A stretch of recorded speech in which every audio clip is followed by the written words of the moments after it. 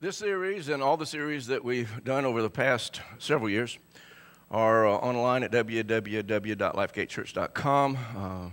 Hundreds and hundreds, 700 or 800 sermons, hundreds of series. So you might want to go there and study out anything you'd like to study. And if you're looking for us on Facebook, it's LifeGate, 2 words, LifeGate Church. So don't put in LifeGate as one word, you won't find us.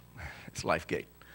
What I want to talk to you about today and for the next few weeks coming is about divine appointments and connections. And what I want to talk to you today about is let you know that there are divine plans for you. God's got a plan for you, and I want you to see, I want this to settle in us today. Now, what am I talking about when I say divine appointments and connections? I'm talking about those special times in our lives where we, it seems, have an appointment with destiny. It's an appointment that either we randomly encounter or maybe we purposefully encountered an individual or individuals, and through this encounter our life changes, our life redirects. So I want you to understand this, and what these things do for us is it shows us the divine sovereignty of God. What happens is you're at the right place at the right time. It's like clockwork, and if you were a little bit later, you would have missed it. If you were a little bit earlier, you would have missed it. But you're right there at the right moment at the right time, and this time becomes a key in your life, a key that opens doors to your destiny, a key that will open doors into your future, a key that is so important in your life, and it was a divine appointment. It was a sovereign act of God, a connection that was made.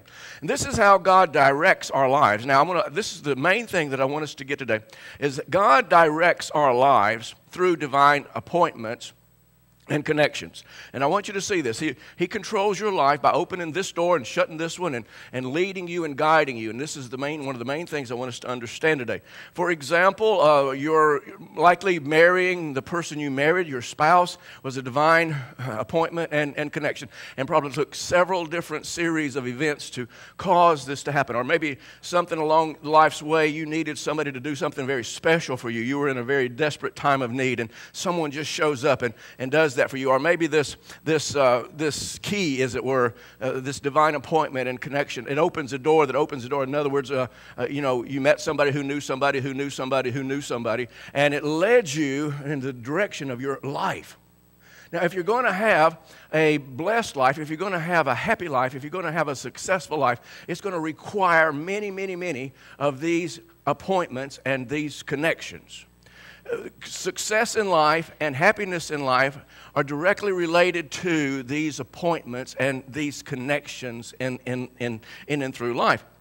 If you just stop and think about it a minute and you look back at your life, you will see where these things have happened. Anything that's really major in your life, anything that's really meaningful in your life, that had any kind of substance to it at all, if you'll look at it, at your life, you'll see that there was specific appointments and there were specific connections that happened to cause this to evolve and to become materialistic, or something that happened in your life that has some substance to it. Now we usually think, and we are trained to think, that we made it happen, or that it was just an accident, or it was a coincidence, or it was just a hap-chance thing that just happened. Was it? And this is what I really want us to see. Was it? Is that what happened? For example, with your spouse, when you met your spouse, if you're married and you met your spouse, was that just happen chance? Was a coincidence? Did that just, accident? Was it? How about your occupation? If you have a job that you really enjoy, that you really feel good, most likely there were several events that took place that led you. This person knew this person who gave you a reference, and this happened, and then you end up with this amazing job. Was that just chance? Did you make that happen? Was that just a coincidence? Or was it something different? See, we've all had these. Now, is it just an accident? Is it just a coincidence? Or could it be the sovereign hand of God doing something supernatural in the background for your benefit, arranging things and setting things and doing this and doing that, opening this door, shutting that door. Could that be a supernatural thing? Or are you just causing and making all this happen, or just happen chance? What is it? Could it be? Could it be? Could it be like a shepherd leading his sheep, to like green pastures, or to still waters, or to places where they don't want, or to the place where he restores your soul? And I was thinking about that as I was writing and pondering this, and we've all read Psalms 23. You can't help but think about Psalms 23 and how the Lord leads us and guides us. And we've taught it, we've preached it for years and years. And I want to read you the first 3 verses, but in this light, in the light that God is sovereignly doing it. And let me read it, and then I'll explain it a little bit more. Psalms 23:1. The Lord is my shepherd. I shall not want. Now, we've heard this all of our lives. You don't want because He's leading you, and He's guiding you to the things that you need and the things that you want, so you don't want. He makes me lie down in green pastures. He takes me to the places of tranquility, the places of abundance, the place of rest. He leads me there. He leads me beside quiet waters, places of serenity, places where it's not a disturbing situation always going on. He leads us there. He restores my soul. He quietens life. He de-stresses me. He guides me in paths of righteousness for His name's sake. Now, isn't it amazing how we've heard this psalm all of our lives? We've heard it, we've taught it, we've read it, we've quoted it, but we really never look at how does the Lord lead us? How does He guide us? How does He really do that? Well, one way that I really want us to see is that through these divine appointments and connections. God leads our life through times of meadows and sometimes through the valley of the shadow of death, and He'll lead us to the still waters in times of tranquility. He leads us by these divine appointments and by these divine connections that He has. See, what I've learned in life is that these things are supernatural. I can't make them happen, and I'll explain that. I can't make them happen. You can't make them happen. Nobody can really make them happen. There's no other explanation than they are supernaturally the hand of God moving in our lives. You look and you can see the sovereign hand of God. If you look back into your life, and I look back into my life, and I see all these connections and these appointments that I've had that led me and guided me and made me turn and go in this direction, or met somebody and it caused something to happen in my life and I had to turn and go this direction. But the Lord uses these appointments and these connections to guide us. And really there's no better way to really see the sovereign hand of God moving in my life than through divine appointments and connections. If you look at your life, you will see the hand of God. And there's no other way to raise my faith. My faith can get no higher and be raised no quicker than by looking at how He's moved in your life and in my life. As I look at how God has moved, I know there's a God. I know, and it raises my faith, because if He's done it then, He'll do it again. Right? If He's going to do it today, He's going to do it tomorrow. And I can know that by looking back at what He's done in my past. And He's led me to still waters, and He's led me to the green pastures, and He's led me by these divine appointments, by these divine connections that He has set up for me in life. It's amazing. Your faith rises, and you see the sovereign hand of God as you begin to really look at these divine appointments and connections. The Scriptures tell us about a king. He was a mighty king, a very successful king. King David, and he wrote many of the Psalms that we have. And in Psalms 139, he wrote something that's nearly mind-boggling when you read it. It's so contrary to chance. It's so contrary to just something happening in your life, to an accident or hap chance or coincidence. It's so contrary when you begin to look at it. And so I want to read that, just a portion of Psalms 139 to us, beginning at verses 13 and read through 16. It says, David says, "For you created my inmost being. You knit me together in my mother's womb. I praise you because I am fearfully and wonderfully made. Your works are wonderful. I know that full well. My frame was not hidden from you when I was made in the secret place.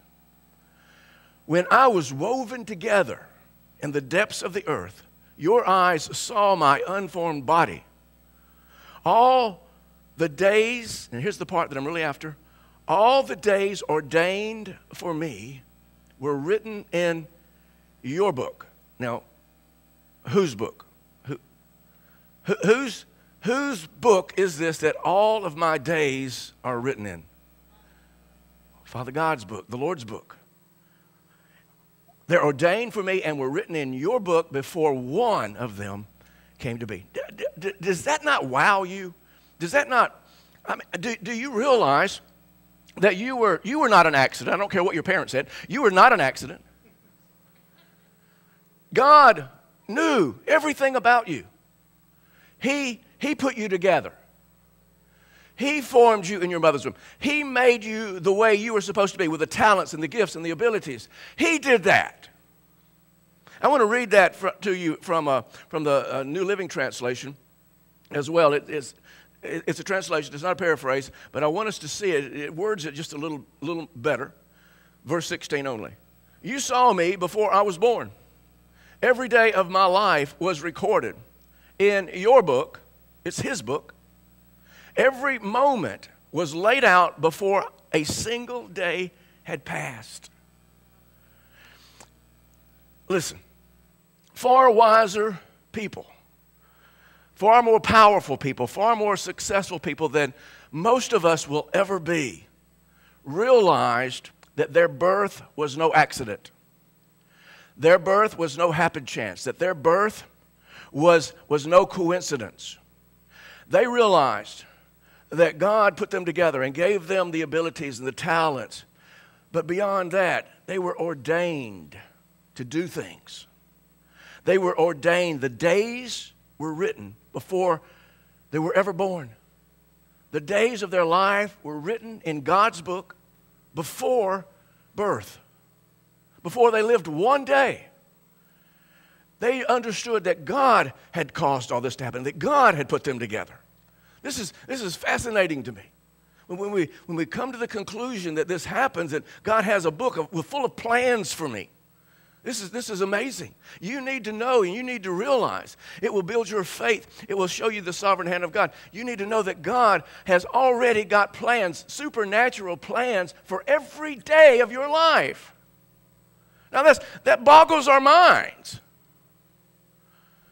But it's the truth, and we see this in the book of Jeremiah, one of the clearest places that it's written in the Scriptures. I want you to see this. God has plans, supernatural, divine plans for you. Jeremiah 29:11, very familiar passage. It says this: For I know, God says, I know the plans. Is that plural or singular? Plural? Is that plural or singular? Plural. All right. I know the plans I have for you. Now, whose plans are these? We found out whose book it was. Now, whose plans are these? They're God's plans. It's his book. It's his plans. I know the plans I have for you, declares the Lord. Plans, again plural. Plans to prosper you and not to harm you. Plans, again plural, to give you hope and a future. Now, here's what I saw that I'd never seen before. It says, then, after you begin to get an idea of the plans, after you get a conception of the plans that God has for you, after you get the plans and a conception of it and start walking in it and moving in it, of the plans to prosper you and the plans to give you a hope and a future, when you start getting that, then, he says, then this is going to happen. Then you will call upon me and come and pray to me, and I will listen to you. What I'm wanting you to see here is that once you get a concept of the plans that God has for you, it should cause us to get closer to the Lord, to pray to the Lord, to listen to the Lord, for him to listen to us. When it builds your faith, you see the sovereign hand of God and you want to get in that plan. He goes on, you will seek me and find me when you seek me with all your heart. See, I always thought that I had to pray for the plan. No. The plan's already made. The plan's been there before I was. What I got to do is let the plan happen. What I really need to do is seek the Lord. What I really do is get close to the Lord so I won't get away from the plan. And it builds your faith, and it causes me to want to pray to God. It causes me to want to seek God. And the more I seek Him, the more I give Him of my heart, the closer I stay to the plan. This is fascinating to me. It just amazes me that God has plans for you. And not just a plan, many plans. You know, God has all of these plans for us. That's what it said, isn't it? Plans, plural, plans. I've got plans, He says. I got plans to prosper you. To get to the prosperity that God has for any of us, it's going to require a lot of plans to take place. It's going to require a lot of divine appointments and connections to take place for you to come to the prosperity that God has for you. It's going to require a lot of people. The way God will bring you prosperity is through people. He says, I got plans for your hope. There's going to be times where you're walking out the plan that you're going to lose hope. You're going to get depressed. You're going to get down. You're going to say, forget this. But God says, no, about that time, I've got somebody already set there, already waiting on you to get there so that they can lift your arms and they can encourage you and that you can go on with the plan. Is that all right? I'm telling you, some of you have been there for me when I needed that help and I needed that hope. I've been there for some of you when you needed that help and you needed that hope. I was able to lift your arms like Aaron and Hur lifted Moses' arms, and you were able to go on and do the battle. We got to realize God's got these plans. He's got it all set up. And you're going to need a lot of people to keep your hope up. God says, I already got them there. I already got them there. He says, I got plans for your prosperity. I got plans for your whole future. Everything about your future. I've got all these plans set up for you. Isn't that just amazing to me? That just fascinates me that God's got these plans all set up for me. He's already got these plans for my prosperity, for my hope, for my future. See? Just as God puts into our hearts, and I've got you some references there, puts into our hearts our desires, our dreams, and our vision for our life. As God puts that into your heart, just as He does that, He also brings the plans into play, so that those dreams and visions and desires can work, can happen. If he's got the plan for it, He's going to put the people in the positions that they have to be, the appointments and the connections, so the plan can happen. And we need to understand how important it is to recognize divine appointments and divine connections, because they are the key to a happy and a successful life. What we need to do is to seek Him. We need to learn to seek the Lord. We need to learn to pray. We need to learn how to love the Lord with our whole hearts, to seek after Him. And we need to learn how to listen to the Lord. You see, only time I ever mess up in life is when I get away from the plan. When I'm not listening to the Lord, when I'm not praying. When I get away from the Lord, it just tells me when something's not going to happen good. I need to seek the Lord if I want the plan to happen and not mess up the plan. Right? Now, here's the thing. See, God knows who you need to meet today and to know today and to connect with today. But He also knows who you need to meet and who you need to know and who you need to connect with 10 years from today or 20 years from today. Now, you don't know that. And you can't make that happen. Right? You're not going to make that happen. Only He can make that happen. And so if He did it yesterday or 10 years ago, He's going to do it today and He's going to do it tomorrow. If we just stay seeking the Lord and letting Him fill off the plan. See, I want you to see this is not chance. This is not consequence. This is just not accident. Those of you who are not married, do you believe that God has your mate in your future? Do you believe that? Now, I want you to know that not only does He have your mate and know who your mate is in your future, but He knows all the plans and all the steps and all the circumstances and all the appointments and all the connections that it's going to require for you to get to that intersection with that person at the right time and the right place, and for that person to get to you at the right time and the right place. Only God can do that. He knows how to pull it off. We don't know. We don't know. But you see, here's the thing. We can leave it up to chance. We can leave it up to accident. We can leave it up to just, coincidence. We can. And you know what? We'll probably end up with the wrong mate. Now listen, marriage is tough enough when you get the right one. But when you get the wrong one, this is how serious these divine appointments and divine connections are. Now, the way you'll just about assuredly get the right one is staying close to God, seeking God, giving God your heart, listening to Him, letting Him listen to you. Get in the plan. If you'll do that, you'll be like the shepherd, the good shepherd leading your life through the green pastures and through the still waters and through the meadows and through the tough times and the easy times. And he'll just, the good shepherd will constantly be leading your life through these times. Right? Now, He guides us and He leads us. I don't care who you are or how powerful and strong you think you are.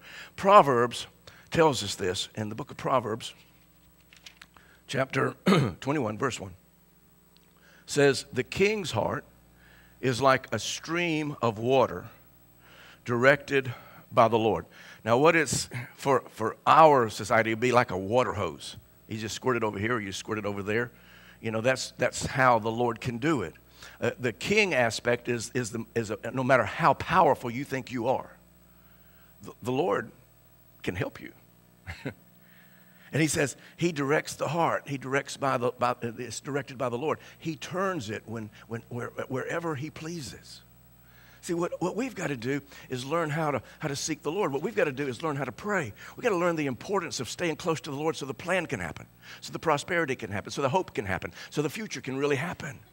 This is such key to the plan actually taking place in our lives.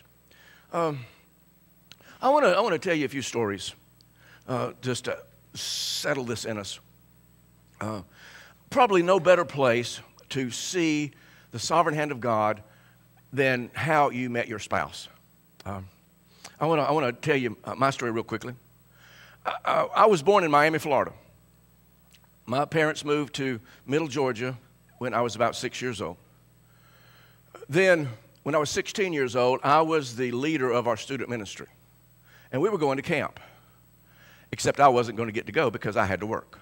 My family had this little business thing they did, and I had to work, and nobody could really do my job.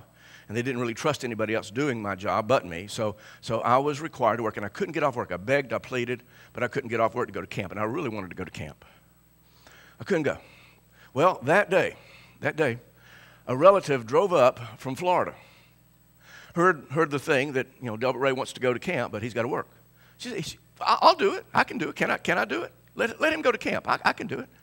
So she does the job for me. I get to go to camp. And it's at this camp where I meet this beautiful young girl, Judy, at this camp that I wasn't supposed to go to. And a few years later, we fall in love. Well, we fell in love pretty quickly, but a few years later, we get married. And now, 50 years later, we have two amazing children. We have, and I'm going to tell you a little bit about their story. We have two amazing children. We have an amazing son-in-law, have an amazing daughter-in-law, and have 4 amazing grandchildren. Now, think about this just a second. Now, a guy from Miami, Florida moves to Middle Georgia, not supposed to go to this particular camp, gets to go to this particular camp, meets the woman that he marries, and has a family and lives with. What would happen if I hadn't moved?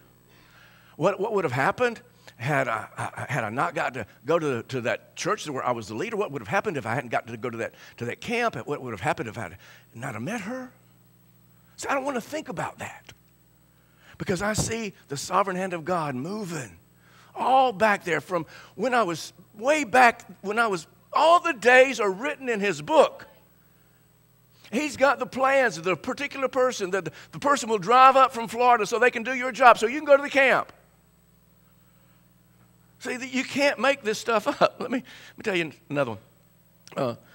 Don shared a while back, one of our elders, and he shared a while back about you're never alone. And he was sharing about that, and he was sharing about his life. And he was 18 years old, and his dad said it's time for you to go to work. And so he graduated high school. So his dad had heard about this railroad school and thought that'd be good for Don. So they lived in Arkansas. So loaded Don up and Don's mom and dad and took Don to Dallas, Texas. There, at a boarding house, they pretty much dropped him off, gave him $80, dropped him off, gave him some instructions, meet the bus here, go here, do this, and drove off and left Don. There he is.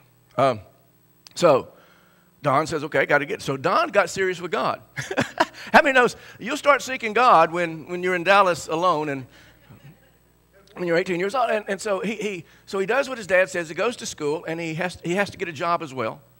$80 wouldn't last very long. And so he gets a job, so where he's working across the street from where Don is working is this pharmacy. And this pharmacy has a little cafe in there. Now guess who's working at this little cafe? He goes over there, and there's this cute little girl, high school girl. Her name is Sheila. So there's his appointment, and there's the connection. Now, Don's daddy, and Don and probably everybody thought that Don was going to Dallas, Texas to go to railroad school. Don never pursued railroad school. He didn't go to Dallas, Texas to go to railroad school. He went to Dallas, Texas to meet Sheila. Now, you can't make this stuff up. You can't script this. He goes to and meet. Now, they've been married over 50 years. All right? Got 2 boys. Right? And 6 grandchildren. And all that's really, really amazing. And I'll talk a little bit more about that in a second. But what if, from Arkansas to Dallas, Texas, to a pharmacy, listen, God is God, right? And He's got a plan. Every day is written. And it's His job to make it happen. We just stay close to Him. Let me tell you another one. Okay. Angela was changing jobs. She wanted to change jobs, so she puts in an application at a couple of places. And she's a little girl here in Ringgold, Georgia, raised there, all right? And in the meantime, there's this dude living in Toronto, Canada, and he's up there in Toronto, Canada. I mean, you got Ringgold, Georgia, and Toronto, Canada. All right, so she's changing jobs, so she applies, and this one job gives her an offer, and doesn't hear anything from the other one, so she's about to go to work for this one place. But finally, this other place that she really would rather work at gives her an offer. So she'd rather work there, so she takes the second offer. Now, up in Toronto, Canada, while this is going on, they're expanding. It's a family business, and they're expanding their line in textiles. So John's uncle comes to Dalton, Georgia, and finds a couple of companies where they can purchase from. Now, guess where they decide to purchase from? Yeah, where Angela had gone to work recently. So they began purchasing there. Now, everything's good. The line's going really well until they start having some problems with some dye mixes and things like that. So it's John's job to get the thing straightened out with the dye mixes. So he's calling down now to the company where Angela's working, and he has a sales rep, and it's not her. It's another woman. And he has to call several times. The thing's never corrected, and he keeps calling, and he's supposed to be talking to this sales rep, his sales rep. But by mistake, they forward the call to Angela. There's the appointment, and there's the connection. So they're trying to get this thing straightened out. Angela's boss says, you go to Canada and see what's going on with this and get it straightened out. Angela goes to Canada. Now, while in Canada, she, of course, meets John, Now, but he gives her a tour of Toronto. But guess where else he gave her a tour? Niagara Falls. Don't you think that he's thinking maybe he's a lot closer to the plan of God than he thought he was, doesn't he? And so, so a few years later, I have the honor of doing their wedding ceremony. Now listen, folks, you can't make this stuff up. Now, they're married, been married how many? 17 years. And they're married all these years and beautiful daughter. What if one phone call, one messed up order, God will mess up your order to get you to the person that he needs you to get to. God will mess up a phone call so that you can get to the person that you need to get to. God is amazing. It's divine appointments. It's divine connections all through life. Tell you another one. This little girl living in South Middle Georgia named Galen. She graduates high school, and she wants to go to college. And she has an uncle that lives in California in the San Francisco Bay Area. So she's going to go out there and go to college, but she has to have six months of residency before she can apply for the college. So while she's waiting for the residency to take place, she gets a job. At the same time, now she's from Middle Georgia, South Middle Georgia, all the way out to San Francisco, in a little rural town. She goes out there, and there's this guy named Kevin out there. Now, Kevin's been a bad boy. Kevin has been doing drugs and alcohol, and he's been recently dealt with by God, and God has gotten him to clean himself up. So while Galen is working, she asks a coworker, says, "Do you know anybody who doesn't do drugs and alcohol?"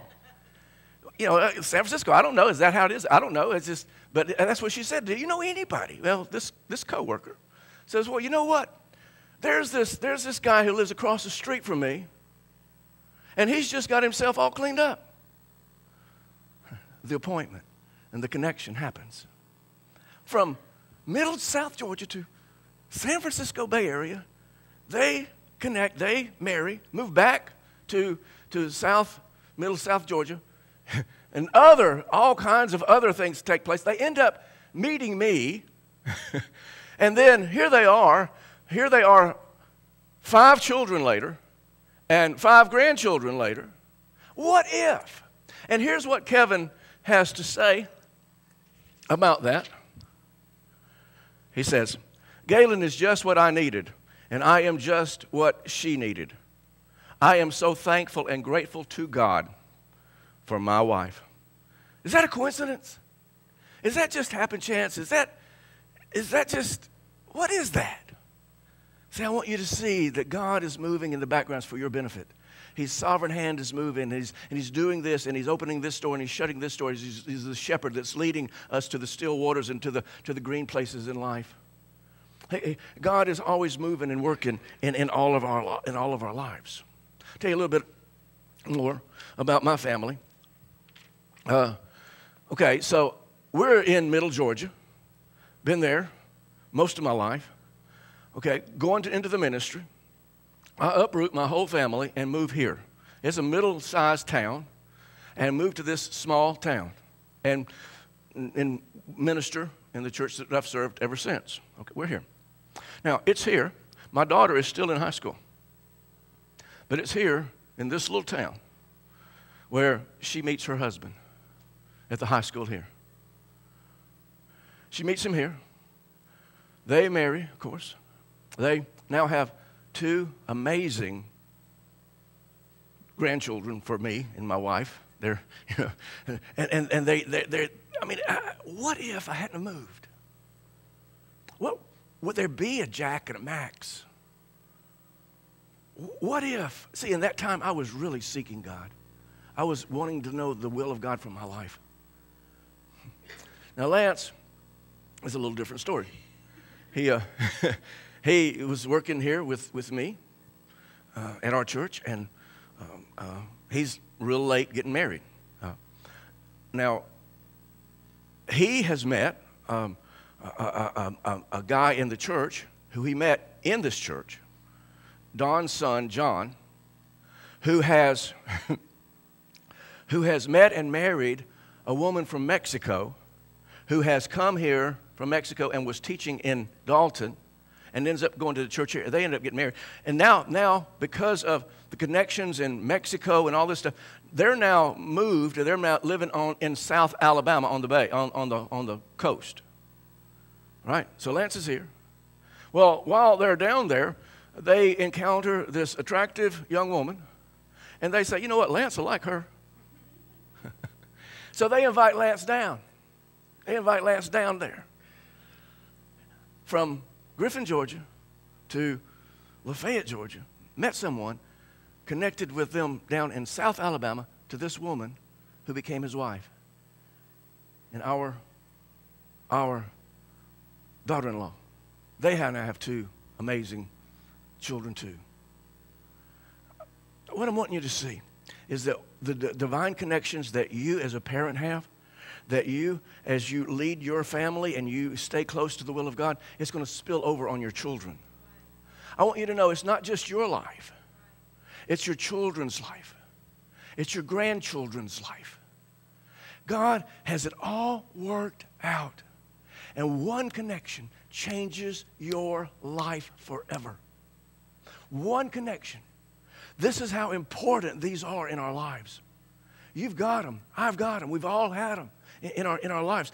We've got these divine connections. You've got your stories that you have, and you look back and maybe it wasn't meeting a spouse. Maybe it was how God provided for you a home through this person who knew this person who knew this person, or maybe got you an occupation that you really enjoy, but it was because of this connection and that connection and that connection, and he led you and he guided you, or it could be any kind of a supernatural thing. When you look back at it, there's no way you could really figure this stuff out. It had to be, there's no other explanation for it, it had to be the supernatural hand of God.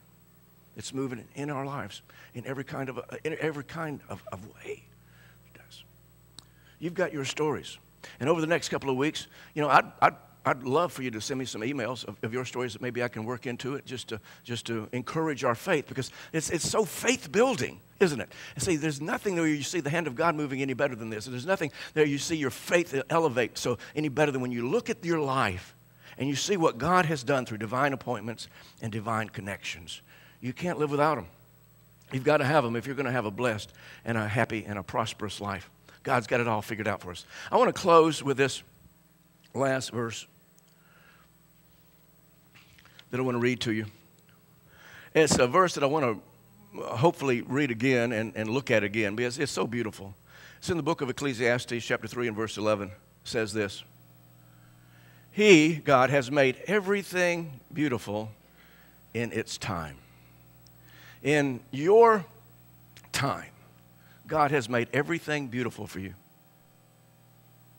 He has also set eternity in the hearts of men. See, God has put your eternity in your heart. It's there. It's set. Yet they cannot fathom what God has done from beginning to end. We can't get it. We can't put it all together from the beginning of our lives to the end of our lives. But God said it there. It's there. I know that there is nothing better for men than to be happy and to do good while they live. See, God wants you to be happy in life. And God wants you to do good in life. He wants you to have prosperity. He wants you to have success and hope. And He's got it all worked out for you. And the way He does it, or one of the ways, primary ways that I want us to see, one of the primary ways that He does it is through divine appointments and divine connections. One of the ways that He's going to lead you and guide you as the good shepherd to prosperity and to the best life that you can possibly have is through divine appointments and through divine connections. He's planned this for you. He's the shepherd who leads us to green pastures and still waters through divine connections and appointments. He's got plans already written in His book. He's got your days written in His book for you to prosper, for you to have hope. He's got it all worked out and all figured out just for you. What we got to do, you and I got to do, is we got to learn how to pray. We got to learn how to seek God better. We got to learn how to listen to God better. Because you see, the plan's there. What happens is we take a detour and we mess the plan up. We get off to the side by not staying close, not seeking God with our whole hearts. We let something else get our heart. And if we'll stay close to God, God has something beyond your wildest expectations. If he did it in the past, he's going to do it in your future. Your job is to seek him. Let's pray.